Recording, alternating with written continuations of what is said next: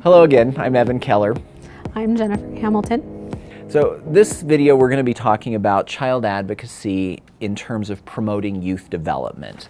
And you know, everybody's heard the quote or the song, right? The children are our future. I'm not going to sing it for you. Come on, maybe please. Jennifer can later. With this voice right now. But the thought I had, if you think of building a house, right, and say, you know, you get your foundation down and start doing things, foundation cracks a little bit, you find there's some bad boards in there, and so you have to go in and do repairs. Nobody would do those repairs and then be like, yeah, I'm done, this is it. You're still trying to build a house. And so as we look at child advocacy and what we're doing here, we've talked a whole bunch about some ideas where we can better repair and better help people move on to, you know, to an improved life. But at the end of the day, really, we want to build something. And so what we're going to talk about just briefly here are some ideas of things that we do here in Sandy City and that you could look at that help you move beyond repair and move into the realm of where you're really building these youth up and advocating for them in that way. And so we have a youth council that's tied to our city council. Jennifer and I actually help run a youth court here for the police department. The police department has an Explorer program, and then also our school resource officers do a NOVA program, you know, in the grade schools for the kids. And those are all very rewarding things. I wanted to just a quick story. The first time when I took over this position and went to youth court for the first time, happened to be that the case that was being heard was somebody I had arrested while I was on patrol. And this teenager, I remember spending time talking to the dad because I was concerned about the discipline that might occur when they got home and those kinds of things. And just there was a strained relationship between this father and child. And I came into youth court, and the teenager was completing successfully youth court and had, you know, so her charge, you know, wasn't going to get forwarded to juvenile court. She was happy, the dad was happy, and it was just a great experience where I looked at something I had done on patrol but was able to see the conclusion of it where people's lives had actually gotten better because of it. And so this is just a very rewarding part of this idea of child advocacy. Well, and when you talk about seeing the end result of things, I have an example of one of the youth that actually participate as one of the youth panel members for youth court.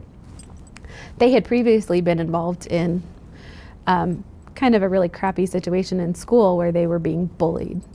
And that case ended up coming into youth court.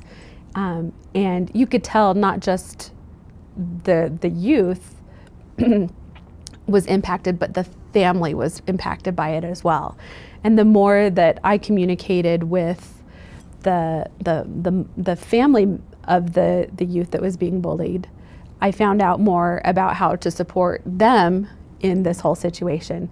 And part of how to support them more in the situation, they got involved in youth court. Right.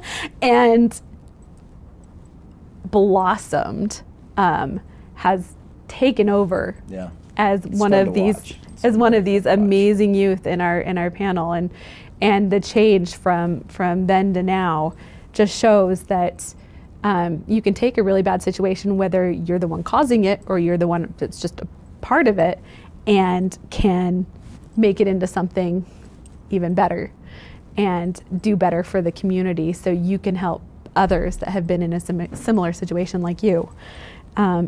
And so I think this comes back to the idea of empowering youth and providing them with skills necessary to build a future. And it doesn't necessarily have to be law enforcement doing it, or a child advocate doing it, or victim services doing it, or an agency in the community doing it. It could be youth helping youth. Right. And I think what we do in youth court is very important. There are several different ways to run a youth court, and some of those are going to be in the resources link that we have in the description for you to form. And I think one of the things that we can point out on our youth court is, one of the really cool things that we do with youth court is, if a youth has offended and successfully completed youth court, they can next year be a part of the youth panel as long as they meet the criteria of being in 9th through 12th grade, live or go to school in the Sandy City, and when they say not have a criminal background or not be involved in the juvenile court at this point in time, that kind of goes out the door with that one because they've successfully completed it. So they're truly not involved with anything. Right. And so I think it's just a matter of going back to those youth, empowering youth, and making that difference. One of the aspects of youth court that I really like in our panel members is that they mentor the other youth. And that doesn't mean that they're out there all the time, like being there with them, but just taking that time to say, hey, what's going on? How are things going with your stuff? Do you need help? Do you have questions? What can we do to support you? And just realizing that there's that extra support there, not just family, but friends and this other person who didn't have to, right, but is choosing to. And I have always defined our youth as being aces up the sleeves of some of these kids. I think that's important. They're that one person that's taking the time to listen to them. They didn't have to. They didn't have to be part of this youth panel. It's not part of them. But I think also the other thing we get to see is the interaction with city, the community, with these kids. You see it with the city council youth members. They get to interact with the mayor and the chief administrative officer and the deputy mayor and all these people that, and the city council in general. They get the opportunity to really see what it's like to run a city. Yeah. Empowering these youth again, creating their goals, figuring out their goals, I think is part of what they do as well with this as well. It builds career opportunities in the future for these kids. It builds their resumes, and it provides other school opportunities. This is something they can put on their college resumes, and it shows that they want to make a change in a community, not just the one that they live in now, but in the future as well. And I think that's really, really important for part of this. I know I had a few other thoughts in there. Maybe they'll come back in a minute, but. Well, so Jen found a quote actually that I was supposed to read at the beginning. It's going to fit right now, was what I decided. So it's, when a flower doesn't bloom, you fix the environment in which it grows, not the flower. And, you know, I just would suggest this goes back to that idea of people can do well, right? I mean, people have potential, and if you're thinking the other way, I mean, a lot of us who work in this area have seen some pretty horrible things, and it's important to remember and do things that show you that no, there is a good world out there, and there's something you can do to help build that world. And so just, you know, you don't need to, again, like we've talked before, you don't have to do this the way that we do it. You know, look at the resources you have, look at the partners you have, the opportunities, but if you can find things that give these positive outlets, or you can do things to encourage or participate in them, because they probably already exist all around you, and maybe you could just strengthen them, it's going to serve you well. Well, and I think that what we'll do in the information and resources folder that we have in the description below, we'll include a list of the youth courts that are currently active in the Utah Youth Court Association. And when Evan talks about thinking outside the box, is at one point in time, and I don't know if they are still active or not, but and somebody can tell me because I've had a hard time finding out. But there has been the idea of school youth courts out there. Sure. And so while the kids don't have to serve in the specific community, they're still serving in the community because they're serving at their school, but doing the exact same thing. So it is a way to think outside the box. You can do youth court at school. Right. You absolutely can. And I remember the thought I was thinking about, because this actually ties back into the child advocacy side of things, and that it still promotes youth development. We get kids on a regular basis that when they come in and they tell their story about what happened in their own words, they actually admit to our youth panel, hey, I've been bullied and I've just had enough. And so I ended up assaulting somebody. And we've had a couple of offenders break down because of it.